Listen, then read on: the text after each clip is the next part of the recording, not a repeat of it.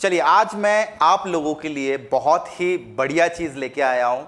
आज हम लोगों ने शुरुआत किया है अपने टेक्निकल एनालिसिस के सेकंड वीडियो का। पहला वीडियो मेरा टेक्निकल एनालिसिस का था डाउ थ्योरी पर। अगर आप लोगों ने वो वीडियो नहीं देखा है तो डिस्क्रिप्शन बॉक्स में जाकर आप उस वीडियो की लिंक देख सकते हैं। आज मैं Rahul Joshi the trading institute के साथ में आप लोगों के लिए लेके आया हूं सबसे बढ़िया चीज, रिट्रेसमेंट और एक्सटेंशंस क्या हैं। ये बाजार की वो चीजें हैं जिससे आप लोग बाजार के अंदर रिदमेटिक एंट्री और एग्जिट ले सकते हैं। आज चलिए शुरुआत करते हैं हम लोग इस पूरे टेक्निकल एनालिसिस की सीरीज की। आप लोग चैनल को लाइक, सब्सक्राइब, शेयर करना बिल्कुल भी ना भूलिएगा।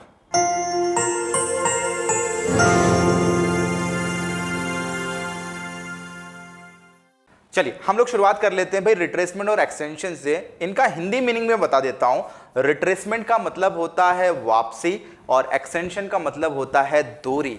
अगर मैं आप लोगों को एक चार्ट एनालिसिस करने को कहूं तो आप लोग उस चार्ट के अंदर क्या फाइंड आउट करते हैं? बट ऑब्वियसली बात है, आप लोग प्रॉफिट फाइंड आउट करते हैं। बट उस प्रॉफिट को लेने के लिए आपको किसी भी चार्ट के रिदम को समझना पड़ता है। वो रिदम कैसे अंडरस्टैंड कर पाएंगे? उस रिदम को समझने के लिए आपको डिमांड एंड सप्लाई को समझना होगा। जैसा कि आप लोगों के सामने मैंने दो चार्ट एनालिसिस करके रखे हैं सिंपल। इस वाली पोजीशन में मुझे दिख रहा है डिमांड, ठीक है, और ये डिमांड कैसा है? डिमांड हाई है, इसलिए मार्केट के अंदर प्राइस भी कैसा हो रहा है? प्राइस भी ऊपर की तरफ बढ़ रहा है। और ये कैसे हो रहा है देखिए आप लोग। पर्टिकुलरली अगर मैं इसे शेयर्स के नाम पर रख दूं, 100 रुपए की चीज खरीदी, 200 रुपए में बेची, 200 रुपए की चीज वापस 150 हुई, 150 को मैंने 300 तक होल्ड किया। यानी कंटिन्यूएशन के अंदर क्या आ रहा है? रिट्रेसमेंट और एक्सटेंशंस, ठीक है। यानी 100 रुपए से 200 रुपए तक डिमांडिंग हुई, प्राइस बढ़ा। यहां पर रिट्रेसमेंट एक्सटेंशन नहीं हुआ, यहां पे केवल मार्केट बुलिश हुआ, ठीक है। 200 रुपए से 150 रुपए होना, ये क्या कहलाएगा? ये प्राइस के अंदर कमी कहलाएगा, या फिर इसे हम लोग कह दीजिए अपने एक्चुअल प्राइस जो कि 100 रुपए से 150 रुपए काफ़ी बेटर है। क्योंकि हमें कोई भी चीज़ हमेशा उसी रेट पर नहीं मिलेगी जिस रेट पर हम खरीदना चाहते हैं। तो 100 रुपये पर आप लोगों ने इन्वेस्टमेंट कर दिया, 200 रुपये पर आप लोगों ने एग्जिट ले लिया। अब आप लोगों के लिए नया एंट्री भाव क्या हो गया? नया एंट्री भाव ना 100 होगा ना 200 होगा, आप लोगों के लिए नया एंट्री भाव होगा 150 रुपये। और ये जो 150 रुपये है ये कहलाता है रिट्रेसमेंट, क्योंकि आपको 200 रुपये की चीज़ 150 रुपये मिल रही है। तो 150 रुपये में एंट्री लेना कोई बुरी बात नहीं है। तो इसी चीज़ को क्या कहते हैं हम लोग? Retracement point. यानी कोई भी चीज़ 100 से अगर 200 हो रही है और 200 से वापस 150 हो रही है तो 150 क्या कहलाएगा? 150 100 के नज़दीक कहलाएगा। यानी ये कैसा हो गया? इसकी प्राइस की वापसी हो गई। That is called retracement. यानी जब भी भाव अपने ऑल टाइम हाई पर जाता है अपने लो पॉइंट से, और वो उस लो पॉइंट के नज़दीक आने की कोशिश करता है, तो उसे हम लोग रिट्रेसमेंट कहते हैं। और यही रिट्रेसमेंट एक्सटेंशन बन जाएगा। ये रिट्रेसमेंट एक्सटेंशन कब बनेगा? जब ये 150 रुपए 200 रुपए को तोड़ता हुआ 300 रुपए की तरफ चला जाएगा। यानी 100 से 200 हुआ, 200 से 150 हुआ और 150 से 300 रुपए हो जाएगा। तो 200 रुपए वाला जो पॉइंट है ये आप लोगों का कहलाएगा रेजिस्टेंस। और रेजिस्टेंस क्यों? क्योंकि ऑलरेडी मार्केट 200 रुपए के हाई से 150 रुपए आ चुका है। अब 150 से वापस 200 की तरफ जाएगा तो वो उस 200 रुपए के रेजिस्टेंस को तोड़ने की कोशिश करेगा। रेजिस्टेंस का मतलब होता है रिपीटेशंस, जहां से मार्केट ऊपर की तरफ या जहां से मार्केट नीचे की तरफ आने की कोशिश करता है। और यही पॉइंट डिमांड और सप्लाई के पॉइंट्स होते हैं, जहां से आप लोग डिमांड एंड सप्लाई रिकॉग्नाइज कर सकते हैं। तो 150 रुपए से 200 की तरफ जाने को हम लोग बोलेंगे रेजिस्टेंस की तरफ जाना। और रेजिस्टेंस पर होगा ब्रेकआउट, और ब्रेकआउट 300 की तरफ होता है तो ये 300 रुपए कहलाएगा एक्सटेंशन। क्योंकि अब आप लोगों को जो स्टॉक का भाव है वो ना तो 100 रुपए मिल पाएगा, ना 150 मिल पाएगा, और ना ही 300, ना ही आप लोगों को 300 पे एंट्री लेना पड़ेगी। यानी आप लोगों को 150 की चीज अब 200 में भी नहीं, अब आपको 300 रुपए में खरीदना पड़ेगी।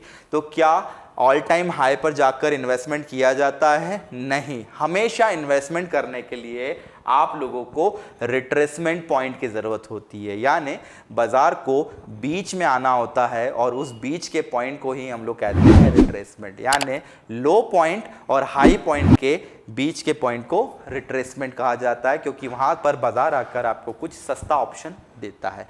और ये रिट्रेसमेंट दो तरीके से आप लोग फाइंड आउट कर सकते हैं। एक तो जब भी मार्केट बुलिश होता है तब रिट्रेसमेंट होंगे, और बियरिश मार्केट होगा तो बियरिश मार्केट के अंदर भी आप लोगों को रिट्रेसमेंट्स मिलेंगे, जैसा कि 300 से चीज़ें 200, 200 से 250 और 250 से वापस 150। तो यहाँ पर ये जो पॉइंट होगा ये रिट्रेसमेंट पॉइंट होगा, और ये जो पॉइंट होगा ये कहलाएगा सपोर्ट।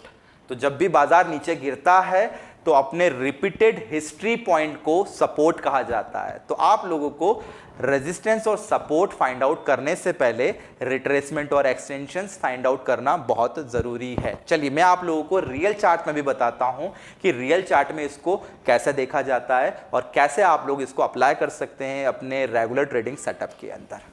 चलिए, ये मैंने निफ्टी का चार्ट खोल लिया है। निफ्टी का चार्ट मैं ले रहा हूँ 21 नवंबर से आज ऑलमोस्ट 24 दिसंबर है, तो ये 21 तारीख से लेकर 24 दिसंबर तक का चार्ट है। अब लोग यहाँ पर आप देखिए, यहाँ पर आपको रिदम दिख रहा होगा पूरे चार्ट के अंदर, और रिदम देखिए कैसा दिख रहा है। मेरा ये वाला पॉइंट यानी 21 तारीख को निफ्टी का भाव था ऑलमोस्ट 18,200 रुपये, ठीक है। तो सीधे सीधे 18,200 से निफ्टी कितनी गई? निफ्टी गई 18,900 रुपये। तो मुझे क्या इन्वेस्टमेंट करना चाहिए था या मुझे ट्रेडिंग करना चाहिए थी? बट ऑब्वियसली बात है, मैं ट्रेडिंग कैसे करता? ये मार्केट पूरी तरीके से बुलिश था, यानी मैं लॉन्ग पोजीशन क्रिएट करता, मैं खरीदता, ठीक है, और वेट करता 18,900 के आने का। क्या मुझे 18,900 पता था जाएगा?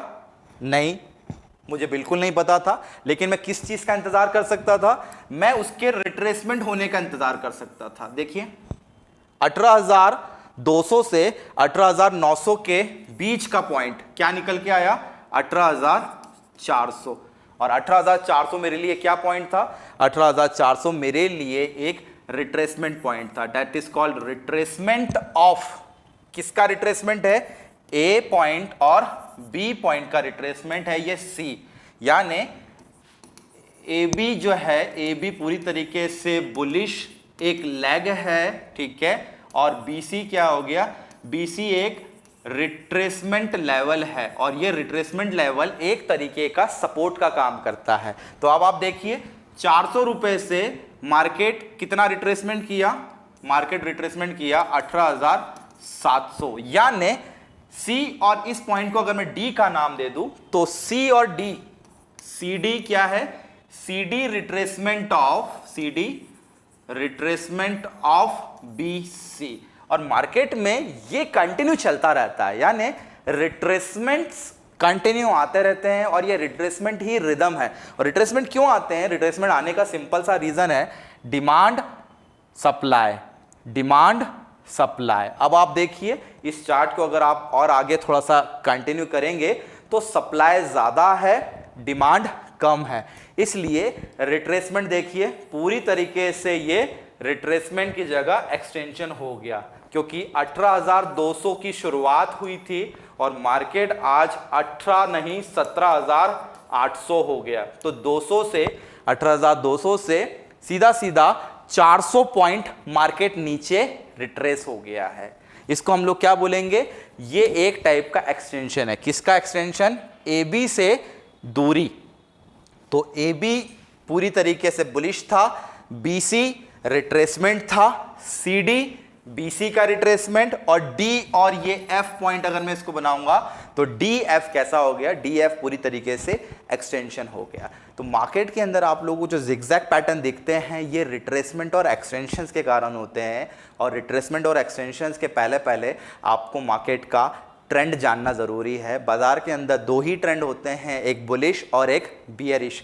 तो बुलिश ट्रेंड के अंदर रिट्रेसमेंट नीचे की तरफ, बियरिश ट्रेंड के अंदर रिट्रेसमेंट ऊपर की तरफ, और बुलिश ट्रेंड में एक्सटेंशंस ऊपर या नीचे दोनों की तरफ हो सकते हैं, बियरिश में भी एक्सटेंशंस ऊपर और नीचे दोनों की तरफ हो सकते हैं। तो आज के वीडियो के अंदर हम लोगों ने जाना कि भाई क्या होता है रिट्रेसमेंट, क्या होता है एक्सटेंशन, बाजार में ये क्यों जिगजैग पैटर्न बनते हैं। ये जिगजैग पैटर्न बनने के पीछे है डिमांड और सप्लाई, यानी 100 में से अगर 50 लोग ही खरीदेंगे या 50 लोग ही बेचेंगे तो मार्केट आधा ही टूटेगा, पूरा नहीं टूटेगा। इसलिए आप लोगों को वॉल्यूम थ्योरी को ध्यान में रखना बहुत जरूरी है। तो आप देख रहे हैं मेरे साथ में द ट्रेडिंग इंस्टीट्यूट। चैनल को लाइक, सब्सक्राइब, शेयर करना बिल्कुल भी ना भूलिएगा।